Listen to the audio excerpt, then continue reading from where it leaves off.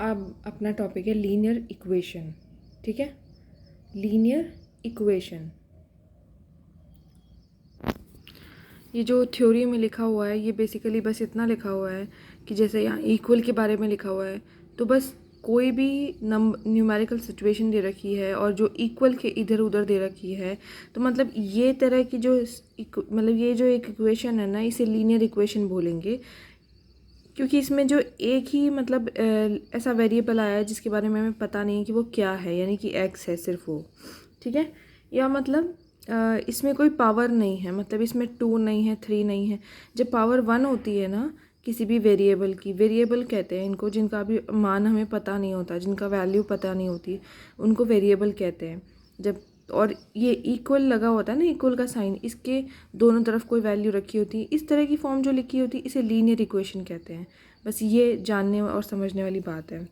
ठीक है, फिर एक बात यहाँ पे जो मैं हमेशा बताते आ रही हूँ वो ये भी लिखी है कि जैसे प्लस का साइन माइनस में चेंज हो जाता है और माइनस का साइन प्लस में चेंज हो जाता है, ऐसे ही डिवाइड का साइन, मल्टीप्लाई का साइन डिवाइड में और डिवाइड का साइन मल्टीप्लाई में चेंज हो जाता है जब हम दूसरी तरफ जाते हैं किसी भी इक्वेशन के। जैसे यहाँ लिखा है 5x - 7 इज़ इक्वल टू 0। अगर मैं इस -7 को उठा के इक्वल की दूसरी साइड, राइट हैंड साइड ले जाना चाहूँ तो ये ले जा सकते हैं और ये यहाँ जाके प्लस का 7 बन जाता है। That means 5x is equals to 7। वैसे ही हमारे पास एक सिचुएशन है कि 4x इज़ इक्वल टू 9, तो हम इसको ऐसे लिख सकते हैं कि 4 इंटू एक्स है, ये यहाँ पे तो 4 इंटू एक्स है ना। तो अगर मैं इस 4 इंटू एक्स को उधर इक्वल इक्वेशन के दूसरी तरफ ले जाना चाहूँ तो जो चीज़ यहाँ मल्टीप्लाई में है वो चीज़ वहाँ उस पूरे इक्वेशन के डिवाइड में चली जाएगी। ठीक है, यही बात है बस। अच्छा, एक इम्पॉर्टेंट बात ये भी है कि ऐसा नहीं है, जैसे मान ले 3x प्लस वाई को और is equal to 2y plus 5 लिखा है। अब 3x प्लस वाई अगर तूने राइट हैंड साइड लिखा है, इसका मतलब ये नहीं है कि इसके साइन बदलने हैं, या 2y प्लस वाई को लेफ्ट हैंड साइड में लिख दिया, ये तो इक्वल है, यहाँ जो है वही यहाँ है, इसके साइन बदलने की ज़रूरत नहीं है। जब पूरी इक्वेशन को उठा के लेफ्ट हैंड साइड से राइट हैंड साइड लिखेगी ना, तो उसमें इक्वेशन को साइन बदलने की ज़रूरत नहीं है, पूरी में बदलने की कोई आवश्यकता नहीं होती है। अच्छा, ये भी बात इंपॉर्टेंट है, जैसे यहाँ लिखा है समीकरण के दोनों पक्षों में समान संख्या जोड़ घटा सकते हैं। दोनों पक्षों में समान संख्या घटा सकते हैं, जोड़ सकते हैं, गुणा भी कर सकते हैं और भाग भी दे सकते हैं। ये बहुत इंपॉर्टेंट बात है। मतलब देख, मान ली ये मेरे पास एक इक्वेशन है ये वाली, ठीक है। अब इसने क्या कहा है, ये इस इक्वेशन में जोड़ यानी कि एडिशन, हम बराबर कौन सी, दोनों पक्ष में समान संख्या जो है हम यहाँ पे ऐड भी कर सकते हैं। मान ले मैं इधर +2 ऐड करूँगी तो मैं इधर भी +2 ऐड करूँगी, दोनों तरफ हम कुछ ना कुछ प्लस ऐड कर सकते हैं, लेकिन वो सेम होना चाहिए और दोनों तरफ ऐड होना चाहिए। अगर हम इधर -2 करेंगे तो हमें इधर भी -2 करना होगा। दोनों तरफ हम कुछ माइनस भी कर सकते हैं, कुछ ऐड भी कर सकते हैं, दोनों को हम सेम नंबर से मल्टीप्लाई भी कर सकते हैं और दोनों को हम सेम नंबर से डिवाइड भी कर सकते हैं। ये चारों लाइन में ये बात लिखी हुई है, क्योंकि बराबर से करेगी तो दोनों भी बराबर ही रहेंगे, बराबर से ही डिवाइड करेगी। ऐसे नहीं करना है एक तरफ डिवाइड कर दिया, एक तरफ मल्टीप्लाई कर दिया सेम नंबर से, ऐसा नहीं कर सकते। अगर इधर डिवाइड किया है 2 से तो इधर भी डिवाइड ही करना पड़ेगा 2 से, इधर मल्टीप्लाई किया है तो इधर भी मल्टीप्लाई करना, इधर एडिशन तो इधर भी एडिशन, इधर सब्सट्रैक्शन हुआ है तो इधर भी सब्सट्रैक्शन होएगा। मतलब सेम काम करना है और सेम नंबर से करना है। ठीक है, ये एक फ़ायदा है, ये कर सकते हैं अपन, क्योंकि तू खुद सोच, सेम नंबर इन दोनों में से घटा देगी तो फिर भी ये दोनों की वैल्यू तो बराबर ही रहेगी ना, कुछ ऐड कर देगी तो भी दोनों बराबर ही रहेंगे।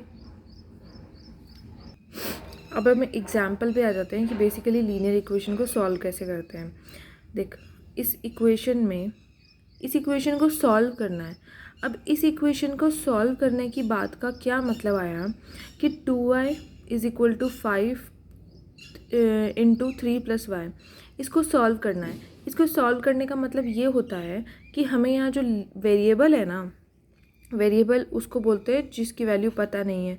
मतलब ये जो y है ना, इसकी वैल्यू हमें निकालनी है, क्योंकि इसकी वैल्यू हमको पता नहीं है। ठीक है, तो हमने इसको सॉल्व कैसे करेंगे? 2y is equal to 5, 3 plus y, 2y is equal to 15, दिख तो रहा है ना?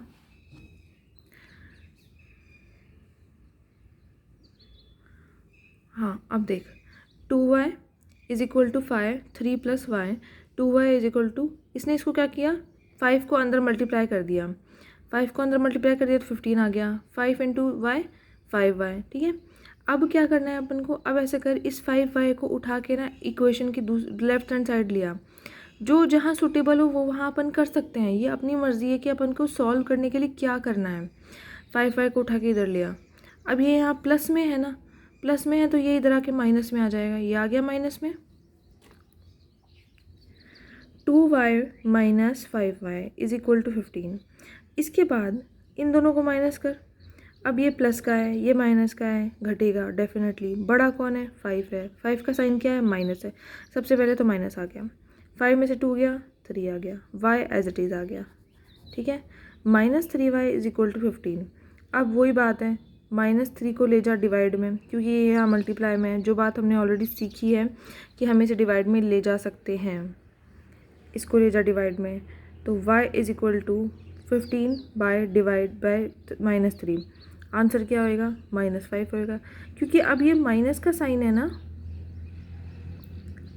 ये जो माइनस का साइन है ना, ये 15 का भी साइन बन जाएगा, अब ये इस पूरे नंबर का साइन बनेगा, तो जो भी आंसर आएगा वो हो गया।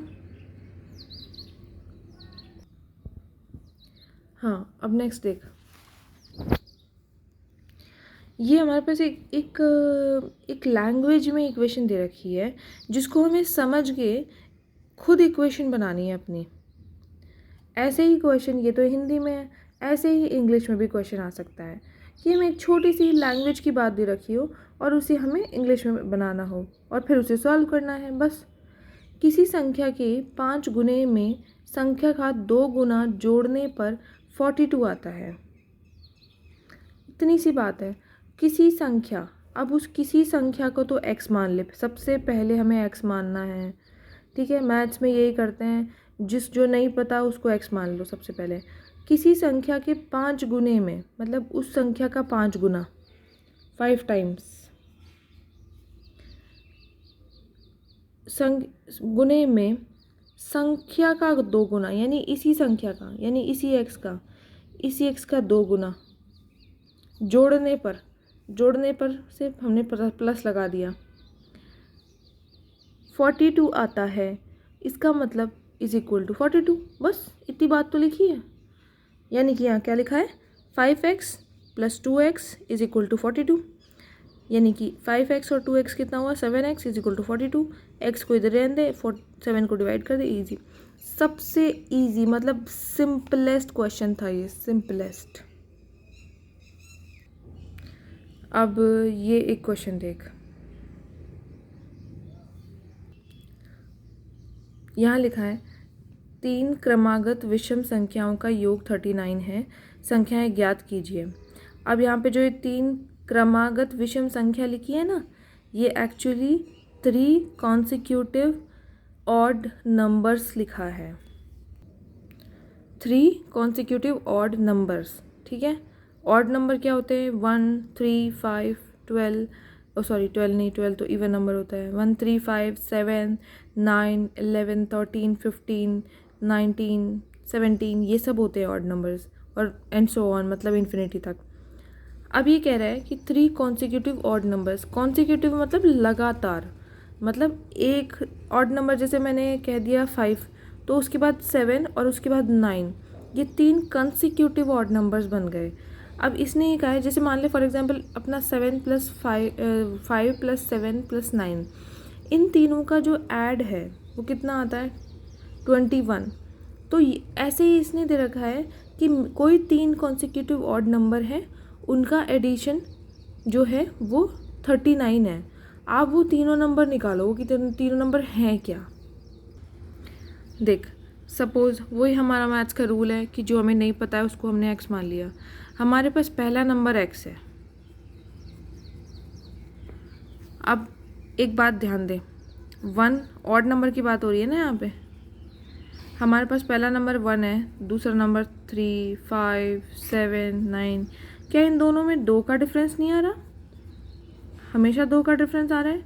हम 1 में 2 ऐड करेंगे तो 3 बन जाएगा, 3 में 2 ऐड करेंगे तो 5 बन जाएगा, 5 में 2 ऐड करेंगे 7 बन जाएगा, एंड सो ऑन। तो हमें अगला कॉन्सिक्यूटिव नंबर, अगला ऑड नंबर कैसे मिल सकता है? अगर हम x में 2 ऐड कर दें तो हमें अगला कॉन्सिक्यूटिव मतलब अगला नंबर मिल सकता है। ये हमारा सेकंड नंबर होगा, जो हमने अभी तक के लिए मान लिया है कि x होगा पहला नंबर, तो ज़रूर उसके अगला नंबर। और हमें कंसिक्यूटिव कहा है उसने, तो कंसिक्यूटिव में तो हमें समझ आ गया कि भाई ये तो इसके बाद का ही नंबर, ये वाला नंबर तो इसके जस्ट बाद वाला बनेगा, और इसके जस्ट बाद वाले में 2 ऐड कर देंगे और x + 2 + 2, तो ये हमारा तीसरा नंबर बन जाएगा। ठीक है, तो ये हो गया x + 2 + 2 x + 4। तो बेसिकली अपना तीसरा नंबर हो गया x + 4। अब उसने क्वेश्चन में क्या लिखा है? उसने लिखा है कि इन संख्याओं का योग 39 है और योग होता है एडिशन। बेसिकली x + x + 2 ये और + x + 4, ये हमारा पहला नंबर, ये हमारा दूसरा नंबर और ये हमारा तीसरा नंबर। इन तीनों का एडिशन जो है वो 39 है।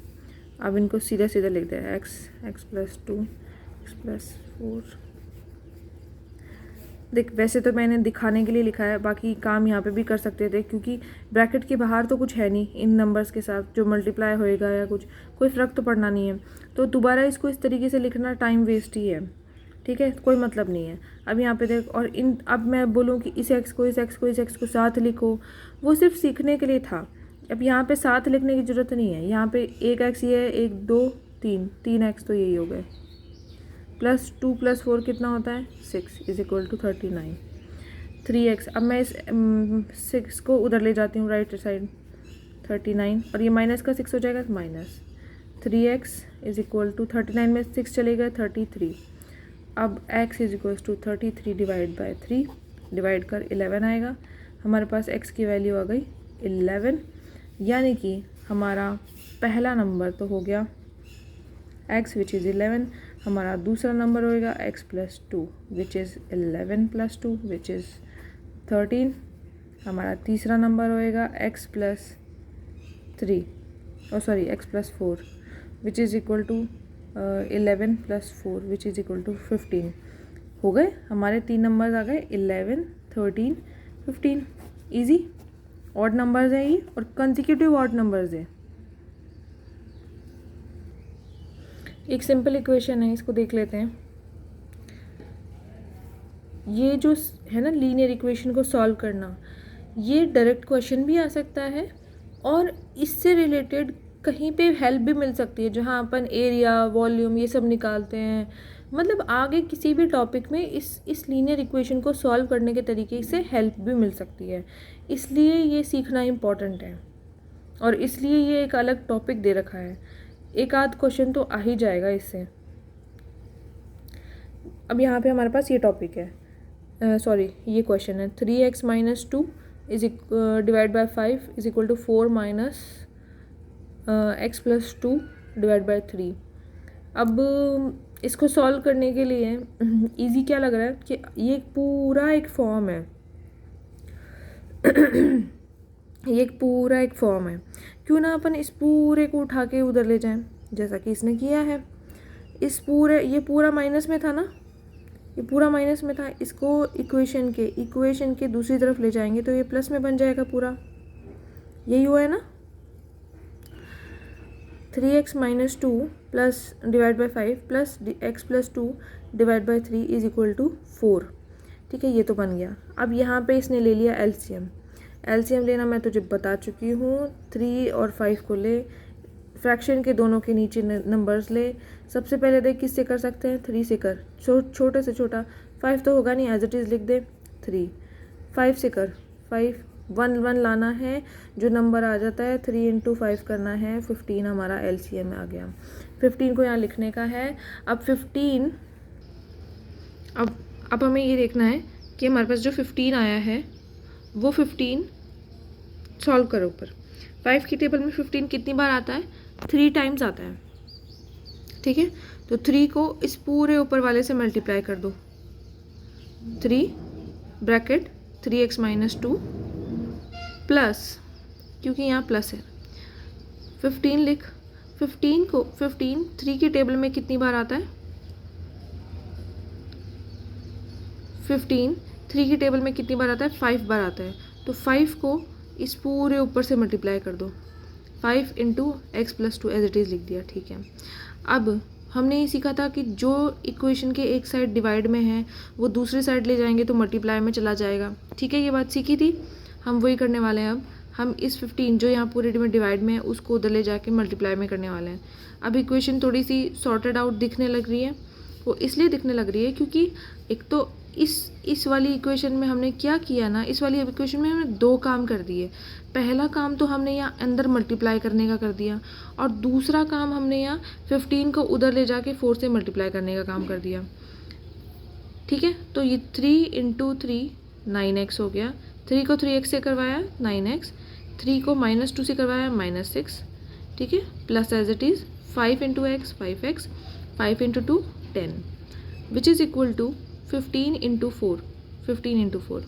अब देख 9x में से अब मैं ये नहीं बोलूँगी कि तू 9x को 5x को पास में लिख ले, ये तो टाइम वेस्ट हो जाएगा। इतना साफ दिख रहा है, 9x को और 5x को अपन को ऐड कर सकते हैं, अपन इन दोनों को ऐड कर देंगे, 14x आ गया, ठीक है। और ये -6 और प्लस का 10, ये दोनों का सॉल्व करना है। अब ये दोनों होंगे माइनस ही, क्योंकि दोनों का साइन अलग है। बड़ा कौन है? 10 का साइन क्या है? प्लस लगा दिया अपन ने यहाँ पे, और 10 में से 6 चला जाएगा तो 4 बचेगा, आ गया 4, ठीक है। और इन दोनों का मल्टीप्लिकेशन 60 है, आ गया अगली फॉर्म में अपन, ठीक है। अब वही बात है, 4 इधर है, 4 को राइट हैंड साइड में ले जाओ, माइनस का हो जाएगा, 60 माइनस 4 56 आ गया। इस फॉर्म में क्या किया, 60 माइनस 4 56 भी लिख दिया, और x जो के साथ जो 14 मल्टीप्लाई में था उसको दूसरी तरफ ले जाके डिवाइड में लिख दिया। तो x is equals to 56/14 is equal to 4। This is the answer. ये हो गया लीनियर इक्वेशन को सॉल्व करना। इसके साथ में एक और है ये क्वेश्चन, ये भी देख ले फटाफट से। x + 1 by 2 x + 2/3 is equal to 2x - 5/7 + 9।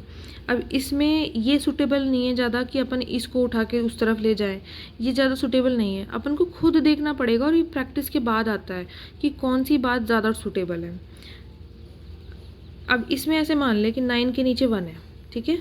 Equation के एक तरफ ये काम है, एक तरफ ये काम है। अब इसने ना अगली फॉर्म थोड़ा ज़्यादा ही डायरेक्ट लिख दी है, तुझे समझ नहीं आ रहा होगा कि ये अगली फॉर्म कैसे आ गई है। मैं करके बताती हूँ। इसमें कुछ नहीं है, इन दोनों का एलसीएम लेगी। तो बेसिकली मैं बताया था एलसीएम कैसे लेते हैं। 2 और 3 का लेगी, 2 से करेगी 1, 3 का कुछ नहीं हो सकता, 3 का 3 कर सकता है 1, 2 इंटू 3 कितना हो गया 6 एलसीएम हो गया अपना। 7 और 1 का एलसीएम लेगी तो 7 ही आएगा।